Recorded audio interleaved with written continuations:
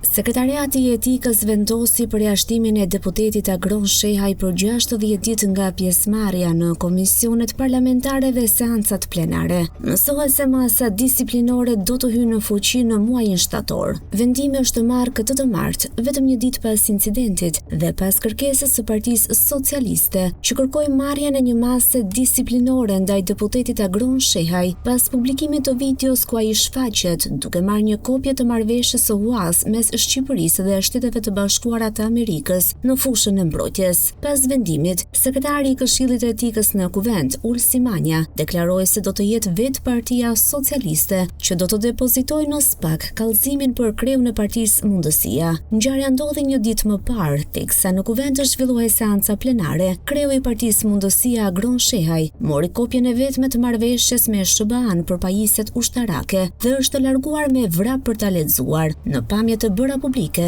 Shehaj shihet duke u larguar me nxitim, teksa pas tij ndjek këshilltarja, e cila duke vrapuar pas tij rrëzohet nga shkallët, një incident ky që nxiti reagime të shumta.